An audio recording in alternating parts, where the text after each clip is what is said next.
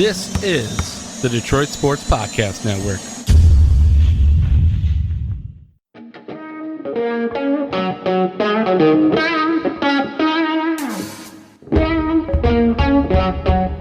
The biggest icon in podcasting.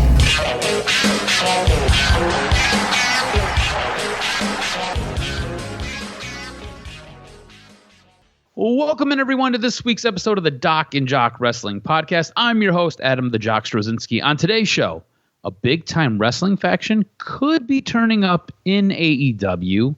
This WWE star could be back very soon, and a WWE pay-per-view ending up across seas. But this is a big-time pay-per-view. We're going to talk about all of that later on in the show. WWE's got a lot of great things going on. AEW coming off the heels of Blood and Guts, and we've got a new belt introduction. Well, we're going to talk about all of it. We're going to break it all down. We're going to sort through all of it. Helping me do all of that, he's the one. He's the only. He is the Doc John Macaroon. What's up, cuz? It has been a wild week. When you look at it real fast, before we get into the news of the week, your boy DOC, I want to get your honest opinion because it's been talked about heavily among the media. Hulk Hogan was in town, and immediately I got the schedule. I knew what it was about. It worked. It found a way to coordinate, and I lived a boyhood dream. The man had aura. I met the man. Briefly, it was simple, just a photo, buy his beer, taste it. It's decent when it's cold. And then I'm working at the Lions, and all of a sudden, there's Hulk Hogan walking right next to me. And we actually had more of an in-depth conversation about wrestling, about Dan Campbell. I kept it to football, clearly, because he's polarizing. But, you know, the response, luckily, to the article was fine. But people have kind of smashed the Lions. They've discussed it. The Lions did not invite Hogan. People, everybody needs to know that, you know, PR staffs contact the Lions and say, hey, can we come? And the Lions are welcoming. They want people to see this football team. But I respect the opinion of those closest to me. And clearly, you two, Adam and Kenny, are the ones that have free reign to say whatever they want. It may or may not affect my behavior. It may or may not affect my thinking. But I value these two gentlemen's opinions more than most. So Kenny is all like, oh, you're scum. Wipe the scum off of you. And so I'm curious what you thought. He did go hard on you. Yeah, no, listen, he's my brother. Like, you're my brother. So I don't mind. I'm a grown man, and I either take it or I at 45 years old, you're like, okay, you want, you know, a humble person will take the opinions of those, and you speak your mind. Now, my opinion is simple. I marked out. The little boy in me came out. And I this is what I told the media, because there are those that are sensitive to what Mr. Hogan has done. And I said to them, look, what Mr. Terry Bollea does in his personal life is something I don't know the intimate details of. I went there to kind of be selfish. Clearly, if you know John Macaroon and what I do for a living and who I've helped, clearly there's some things in life that go unsaid. I do not condone the mistreatment of anybody. I don't condone the judgment of anybody harshly. It's pretty much it does not need to be said. I'm a psychologist. I've dedicated my life for 21 years to help people, to take on their stress and to help them. So clearly that goes without saying that just because I was selfish and letting my personal boyhood satisfaction come out, doesn't mean I condone it. And I know there's that symbiotic relationship where you say, well, you should just disown this person and never ever talk to him. Well, I was selfish. I don't care. I lived an NWO dream. I'm a fan of professional wrestling. I'm a fan of basically the character of Hulk Hogan and what it represented and the memories it created for me in college, the Outcast, just the music that I still play to this day when I'm going for walks, the shirts, the love of wrestling was born by this character. And to be in his presence, there's something to it. It literally is like the emergence of the boyhood that you lived. And I got a chance to talk to his manager who loved that I worked at SI. And I just said, look, you know, I always tell wrestlers when I meet them, thank you for your dedication, for my entertainment. Thank you. I got a 2-suite with Hulk Hogan. I got the photo. It's a little wonky, but that's private for me. I took a photo with the man, and then I had a sports conversation the next day. But I'm curious, do you look less of me because of what he represents? Clearly, we don't write about politics in the sports setting. It was basically, what do you think about Dan Campbell? And that's what I reported on. Everybody's entitled to their opinions. I only talk politics with my close friends and family. I love the left. I love the right. We don't have those kind of debates here. But I'm just curious, do you look at it like, if you had the chance to meet him and talk to him, would you do it? Do you say, Doc, maybe you got to be more selective in what you know about these people? What do you think? Because, your opinion means a lot to me, but I was being selfish. I lived a boyhood dream, and I'm still on cloud 9 from it. Like, I got a too sweet from Hulk Hogan. This was in the world of the wrestling relationship with the boy and John McEnroe. That's what it was. And I'm sorry if anybody's upset by it. I think it's a personal thing, right? So I think if you're okay with it and that is what you wanted to do, then who is anybody else to shit on your parade? It's not anybody else. Look, this is a guy who was incredibly important to you as a child. This is a guy who you have very fond memories of and was a very important part of the fabric of your growing up. So you got to meet your hero. In his personal life, has he done some things that we can throw some red or yellow flags on? Yeah, for sure. But if you're just going out there to meet the guy who used to rip his shirt off, tell you to eat your vitamins, yes, and was preaching the rules of Hulkamania to you, then I don't have a problem with you going to meeting him. I don't have a problem with you taking time out of your day. I don't have a problem with you buying the beer that he's hawking. You said it was good. I'm interested in trying it because I was surprised. I didn't even know Hulk Hogan was hawking beer. And then you're like, it's actually pretty good. And I was like, really? And then I have another buddy who went and stood in a line for a couple hours and got to meet him the other day too. And he was like, the beer's pretty good. And I was like, this is crazy. Hulk Hogan's selling beer and everybody says it's good. The reviews are in. The beer is good. So I now have to go buy the beer and try the beer because everybody says it's good. But no, I don't have a problem with you going to see him. I don't have a problem with you taking time out of your day to go meet the guy who, as a child, you idolized and as a child gave you great memories when he was, preaching the rules of the NWO and was too sweeting other guys. So to me, it's not a big deal. I think at a certain point, we as adults, we compartmentalize a lot of things. And I think specifically with Hulk Hogan, there are a lot of good things that he did, and there are some things that were not so good that he did. And if you want to view him through the eyes of the red and yellow or the black and white, that is fine. If you want to view him through those eyes of things that came out through his divorce, things that were caught on tape and then released to TMZ, that's fine too. You can see him however you want to see him. And if this is what gave you joy when you were a kid and it gave you joy to sit there and talk to him today, bro, I'm cool with it, man. It doesn't matter to me. To me, I was shocked that you had the amount of free time, because you are a very busy guy. The amount of free time you had in your day to go wait in a line, that was probably the most eye-opening thing to me, because you spent some time. He sounded like he was running a little bit behind schedule, and he had a couple of other stops he had to get to.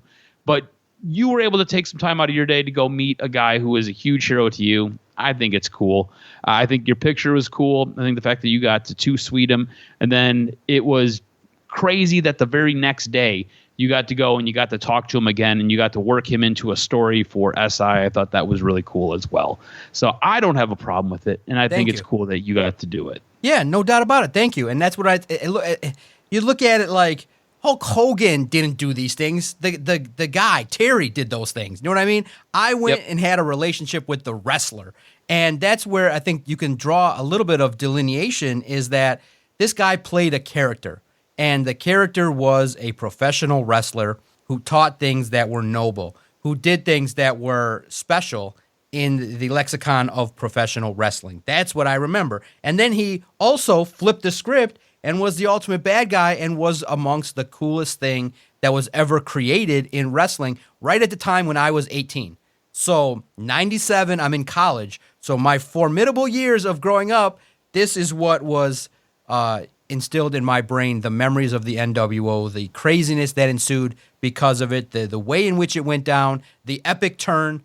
And so that's what it was. I went to meet Hulk Hogan. I don't know Terry. I don't know what he's about. I don't know. I clearly,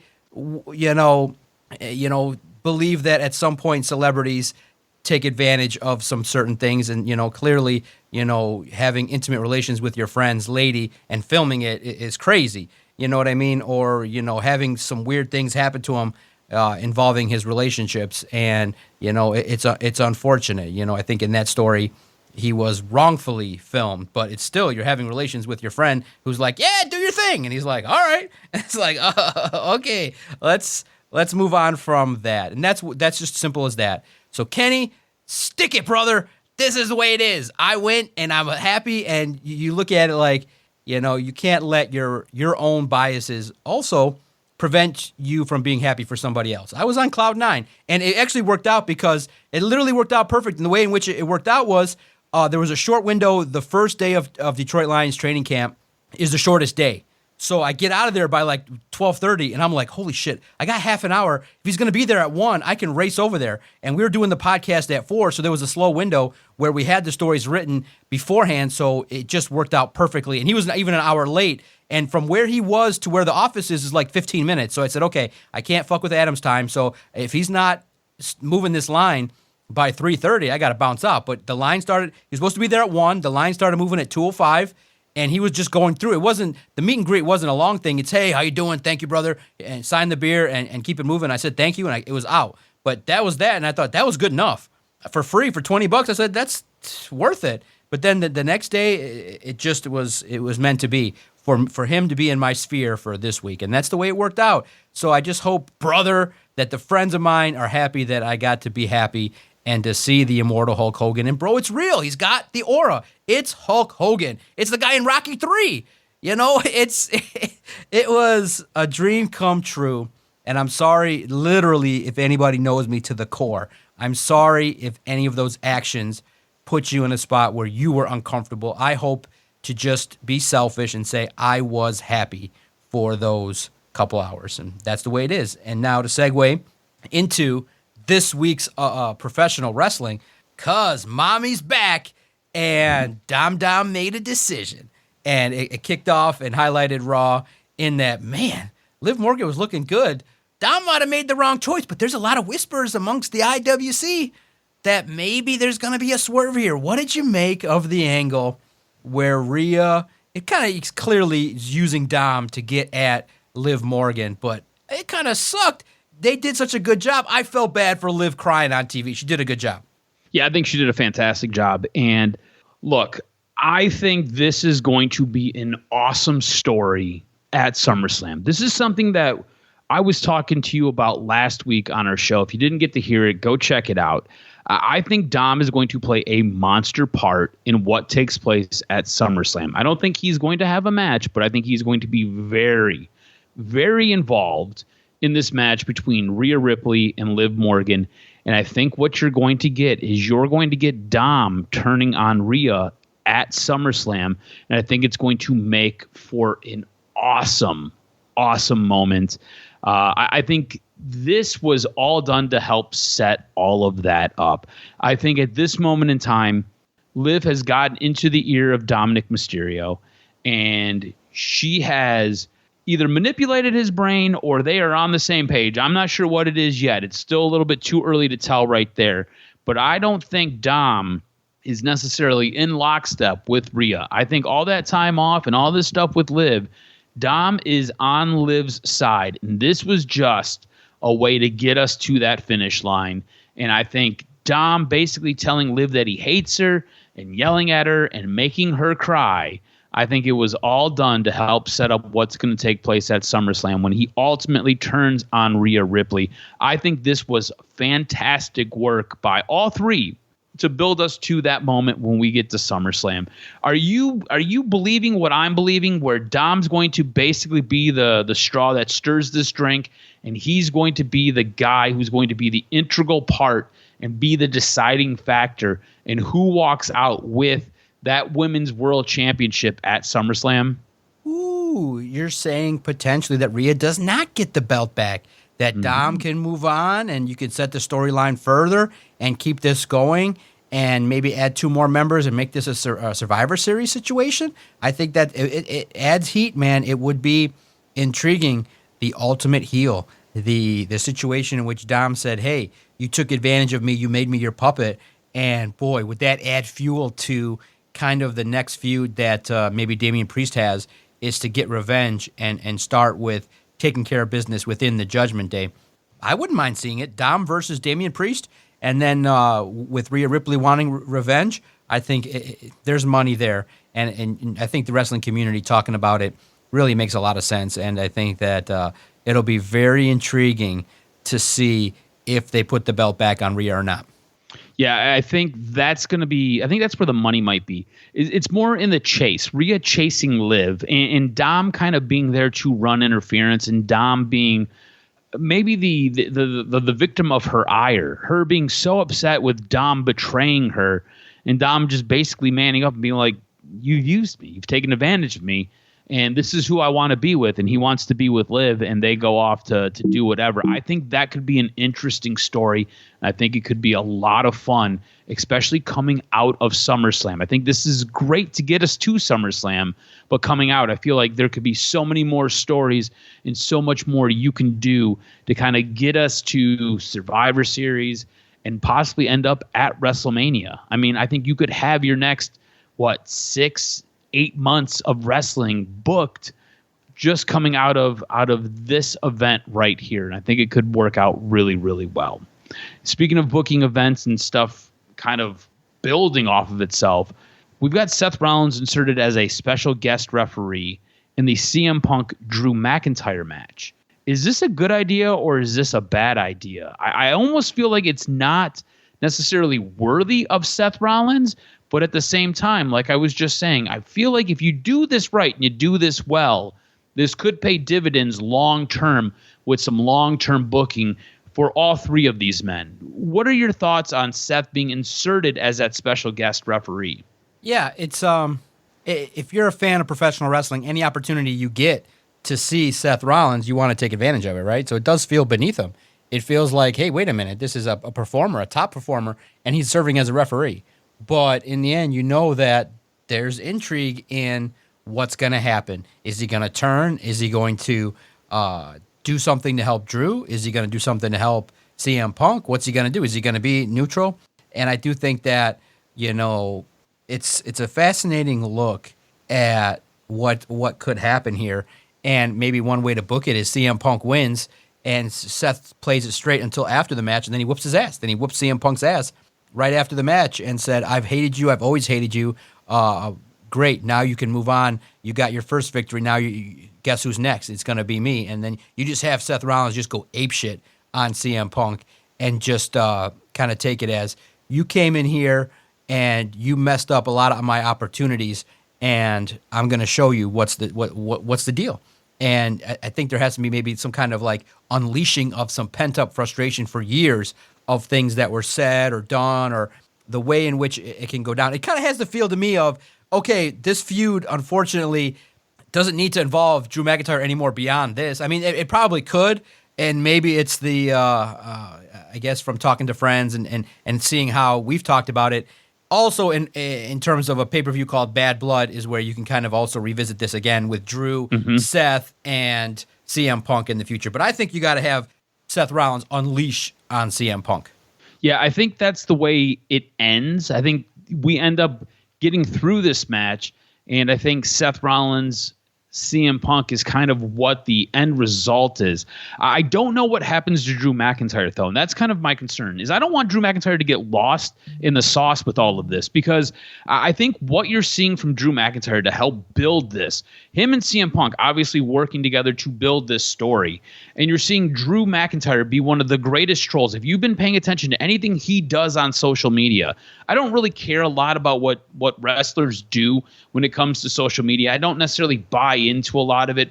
I know you are generally much more involved and engrossed with the social media aspect of wrestling and just really in life. You are much more plugged into social media than me. I do not find it to be a great escape at all, but I do find what Drew McIntyre is doing on social media to help build this feud to be epic and fantastic. And if you didn't see, it was, I believe on Thursday, he posted a tweet of himself in a picture with Jack Perry.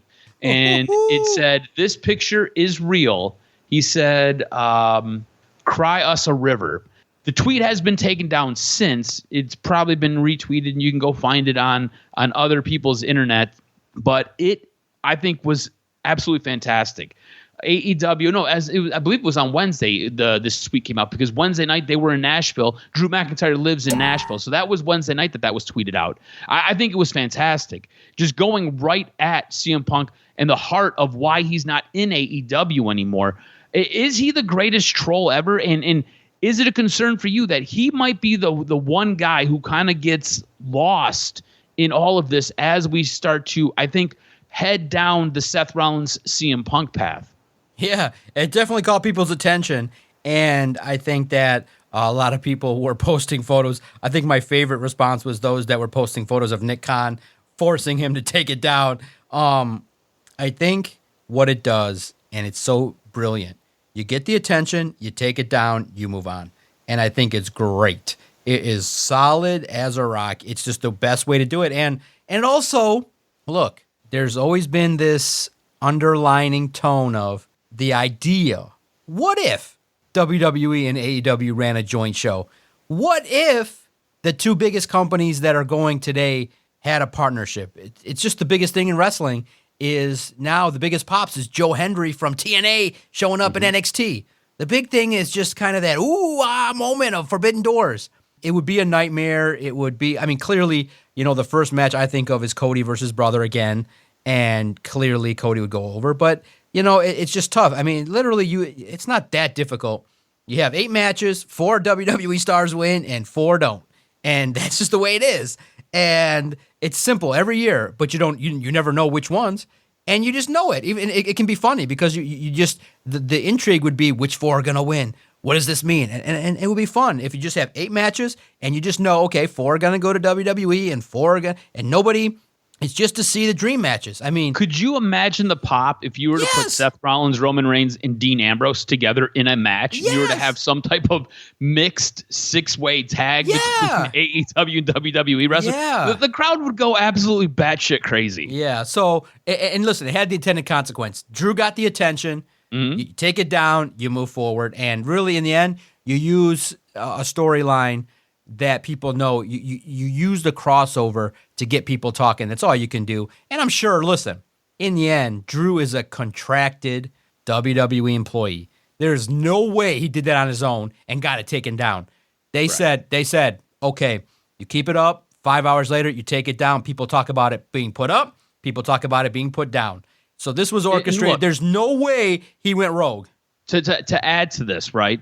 There are reports that have already come out that have said that there is no backstage heat. There are no issues.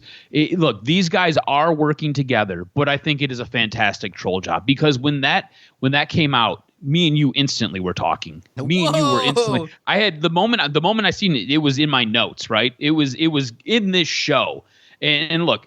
This is now days later. We are still talking about it. So it's a great job. It's a great way to build and to get people talking about this upcoming pay-per-view that's going to take place next week. It's a great way to add fuel, to add kerosene to this fire that is already burning between these two guys. And then, like we said, you're adding a guy like Seth Rollins, who when he came out, look, CM Punk, Drew McIntyre, huge stars in their own right. Seth Rollins' music hits, and it basically triumphed anything these two guys did. This is your special guest referee. This is just an additional layer to this match. So, look, it is going to be a star-studded event. It's going to be a star-studded affair. This match is going to be absolutely bonkers, and it's going to be fun to see what we get when it's all said and done. And I think Drew McIntyre doing these things on the internet has been absolutely fantastic. On WWE, anything else that really struck a chord with you this week? I know that there was a lot of stuff that was going on with NXT. I know that there was a lot of stuff going on behind the scenes. We're recording this a little bit early because we are working with some very tight schedules. We wanted to make sure we got this out to everybody, so we haven't had a chance to see SmackDown, know it's going to be great. I'm assuming it's going to be fantastic. We're going to get more building towards what's going on with the Bloodline and Cody Rhodes, and as well as a couple of other stories. But anything else that struck your fancy with WWE? Yeah, it's always intriguing now with you're seeing what a lot of these mid-card stories are starting to move along. Jey Uso's doing a lot of things. It's real intriguing with how they're kind of using him week to week. I know, Rikishi, kind of went viral for saying, hey, you're putting him with mommy. This is the best you can do. But in the end, clearly now we have a joke that can be run, which is, can Ilya Dragunov and Braun Breaker break the record of matches together in their career? Because they've already had 5 or 6 on Raw, and people are like, how many statements can Braun Breaker make against Dragunov? But, I'll say this. It was a little bit wonky with the officiating, kind of the way in which that was kind of handled in terms of the official not counting out Dragunov as fast as possible. There was some officiating woes that were in that match, but I'll say this. I think it's great to have them fight. They know each other, but it's time. We clearly understand Braun Breaker is going to fight Sami Zayn. That's going to catch everybody's attention, and they listen to us clearly. And Damian Priest, Gunther did his talk, and Damian Priest came out and whooped his ass. And that's the way you need to go. And that was solid. I thought that was great. Chad Gable running with the new crew, I think, is much better. They look better in the suits. So I thought Raw was did what it needed to do over the course of time. And like I said, whenever you have the situation in which you develop CM Punk in a feud that's really going crazy, it's always going to be good. Hey, CM Punk is cleared, baby, and that's the way to go, and this is going to be great. Yeah, look, I think in our group chat, you talked about how you would like to see Ilya Dragunov and Braun Breaker basically fight forever, like Sami Zayn Why not? and Kevin Owens. And look, I feel like they might. This was something in NXT. They fought a lot in NXT. I feel like it is something that they could do here on the main stage, and this could be something that you will end up getting. Just these guys constantly going at it forever. Their stories will be intertwined. It would be interesting if they do that. I could see it happening, and I think they'd be great fights. That slam into the side of the ring when Braun Breaker caught Ilya Dragunov. Look, I was like, dude, he might actually be hurt. Like legitimately, they did such a great job with that angle. So really good wrestling, and it always makes for a good story. So we could see them fighting forever, like you said. Sami Zayn, Kevin Owens. This is the 2.0 version. Ilya Dragunov, Braun Breaker. MJF ended up presenting a brand new title on AEW. Basically said the international belt, which has now changed names 3 times. This will be the 3rd incarnation of this belt with its name change. Said it was trash and threw it in the trash and presented an American belt, called it the American Championship. What did you think of this new strap? This is, again, like I said, this championship belt, we talk about building lineages for championships. We talk about how important it is to have that history. And we felt like very early on, AEW, for being a startup company, for having belts that had 0 prestige, they did a really good job of making belts feel very important. This belt, this sticks. This will be the 3rd name, the 3rd reincarnation of this championship. I don't know what you do with the prestige here. Again, when we talked about this, I don't know if it was last week or a couple weeks ago, I had to go and double check what the name of the belt was because it has flip-flopped so many times. I really like the belt. I like what MJF did as far as his heel character dropping the American flag with his face as the stars. I thought that was funny. I thought that was cute. I like the look of the belt, but I don't think you do your championship justice when you're constantly fidgeting with the name, you're constantly revamping it, you're constantly retooling it, and you're giving us something different. It's hard to remember what the belts are called when they're constantly changing and it's constantly changing its appearance. I wanted to get your sense on this new incarnation of the international belt, now being called the American Championship. The belt sucks. I didn't like the belt at all. Oh, really? Yeah. I look, I love the name, but I thought the belt was too colorful, too white. It's just too, when you have the AEW belt, the best way to put it is you can have different variations of it, but it needs to be dark. Belts that are the best need to have dark leather straps, and they need to have different designs. But that one just kind of looks like there's just way too much going on. It didn't appeal to me personally. All right. Look, I'm going to be interested to see what happens because now we've got a match at All Out, or All In. We have a match at All In at Wembley between these two guys for that belt. I'm wondering if it's going to be one of those things where whomever wins, that'll be the championship that's going to then take precedence. And look, if Will Ospreay ends up winning this, I find it to be weird that we will have an introduction for a new belt only for it to go away very quickly. And I find it weird to put a belt on a guy like MJF only to take it off of him very quickly. So I think we have some perils here. If you're Tony Khan, I feel like you could be booking this very dangerously. I feel like you didn't do yourself a whole lot of favors with any of this. And we talked a little bit about this last week about how was it the right call to put this match on free television, and then was it the right call to have the title change? So I think this, if you are Tony Khan, proceed with caution, because I feel like you could be doing more disservice to your product depending on how you book this. And we'll see what takes place as we get closer to All In. This week we had Blood and Guts. This was a very eventful Blood and Guts match. This was the better part of an hour. It felt like it might have had a bit of a wonky finish.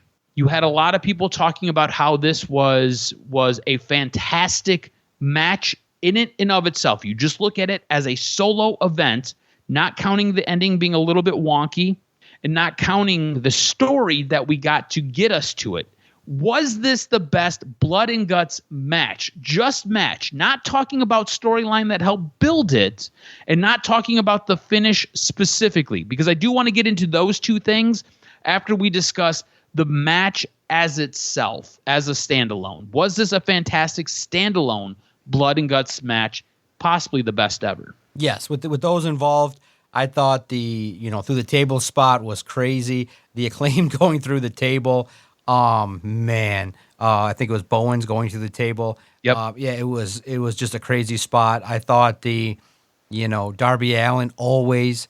It's crazy that pretty much for the most part, it seems like they all came out unscathed. I thought the spot of Darby Allin falling onto Hangman was crazy. Okada doing his thing, coming out unscathed. Man, it was just for what it is. It has been a marquee match. We saw one live in person, and you're just encapsulated by what the hell's going on. And basically, it's just their Hell in a Cell. It's their marquee, big-time cage match. And for what it's worth, that one was the best. Yeah, absolutely fantastic. You had Jack Perry taking an unprotected headshot, which was bonkers. Darby Allin monkey bar crawling across the top of the cage to then drop himself onto I don't remember if it was one of the Jackson brothers or if it was Jack Perry himself, but drops himself onto a participant who is laid out on a table. And then we get to the end, right? In the end, you have Darby Allin dousing Jack Perry with gasoline and threatening to light him on fire until he says he's going to quit. And he will not give. He will not say he's going to quit. Instead, I believe it was Matt Jackson says, "I quit" for him, and that's how they win. Kind of an anticlimactic end for what was a pretty fantastic match. What did you think about the finish of this? Did the finish take away some of the shine of this match? Yeah, I can see those that are debating it, but I feel like for that match, I feel like it fit what it needed to do.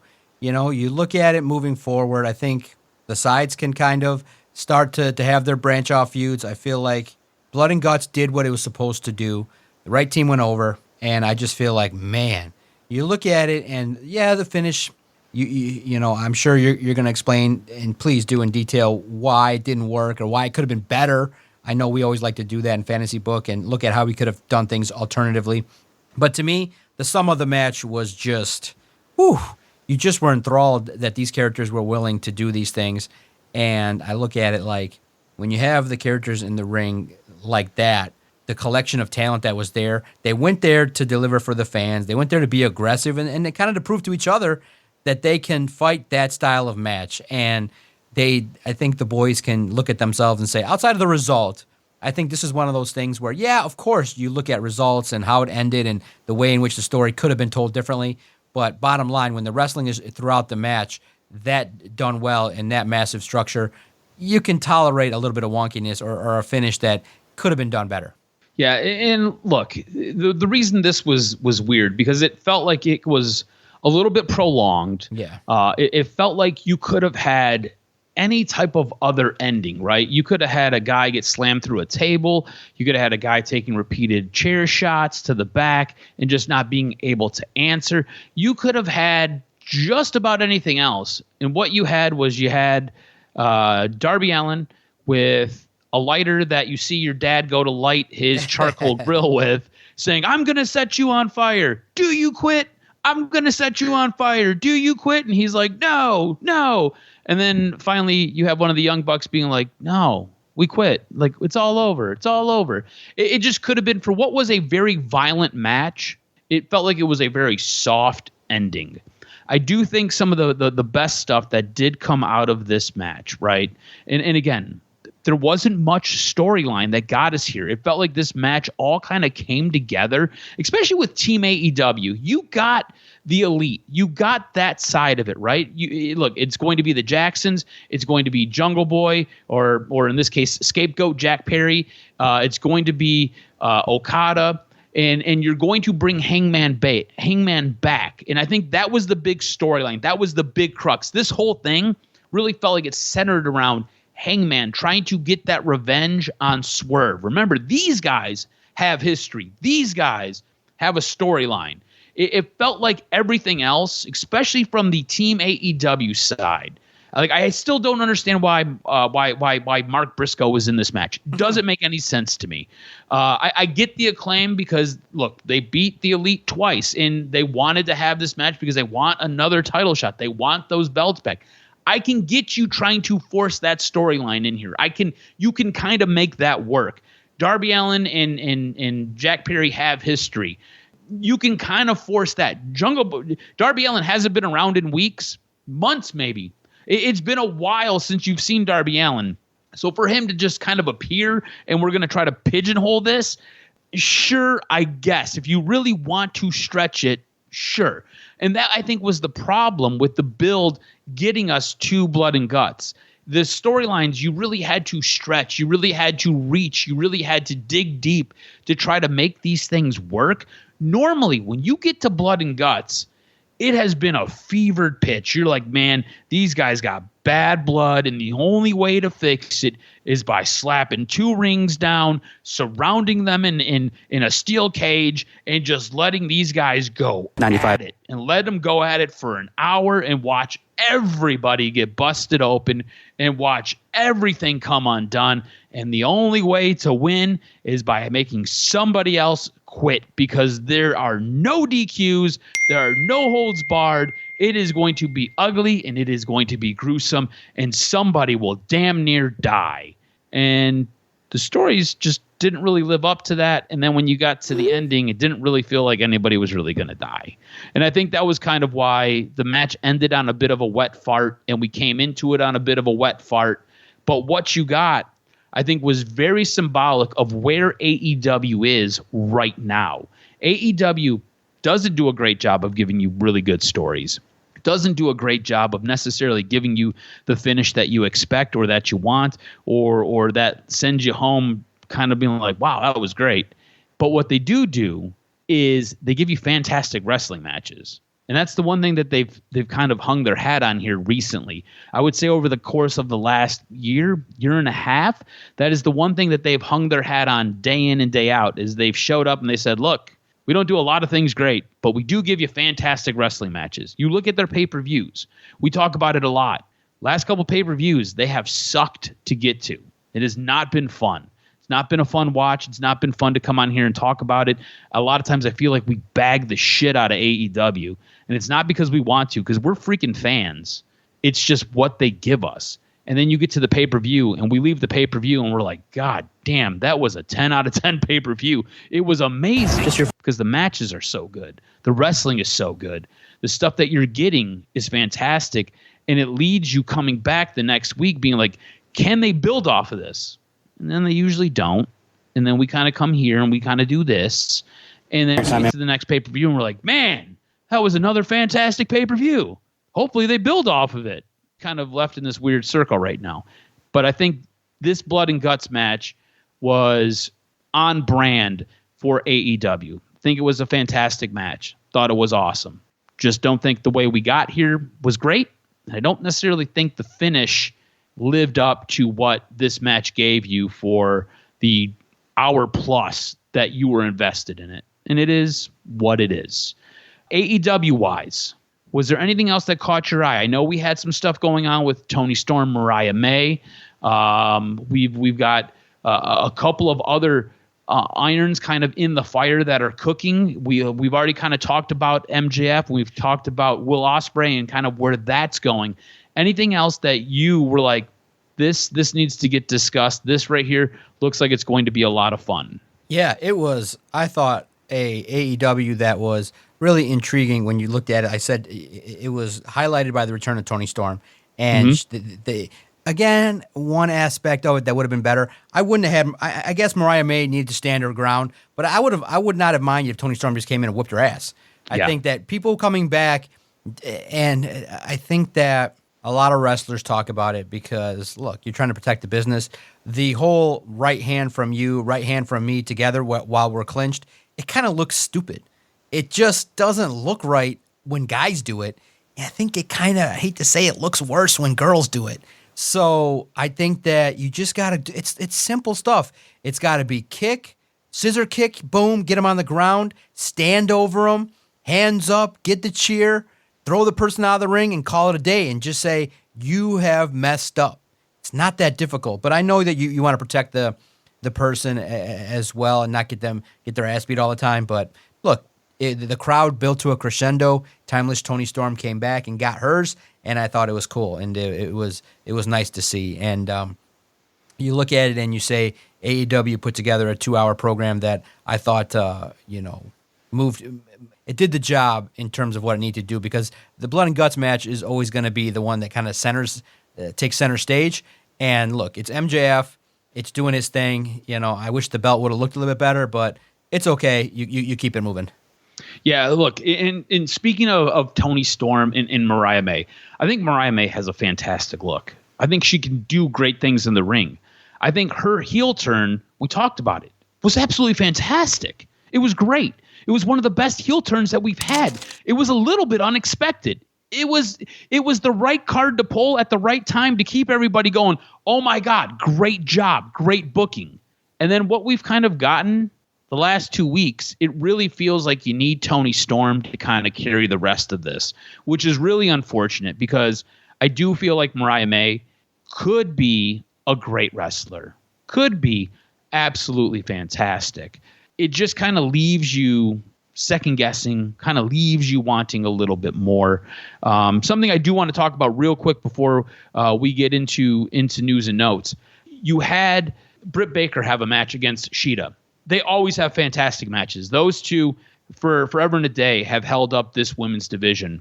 You've got Mercedes Moné come out, and some people who might not know who Mercedes Moné's new heater is, that's Camille. Camille, big-time presence on the indie scene. WWE wanted her. She decided to sign with AEW. She made her debut, like I said, as Mercedes Moné's heater, and she takes out Britt Baker. It's going to be interesting to see how they utilize her and see what they do and if she can get a rub off of Mercedes Moné. The hope is that they do not drop the ball with this, that they do not botch this, and that things get done well with Camille. She, like I said, fantastic on the indie scene. She was incredible. She was the NWA female world champ. She held that belt for a long time. And like I said, WWE had a lot of interest in her and were really going hard after her. She decided to sign with AEW, finally makes her debut.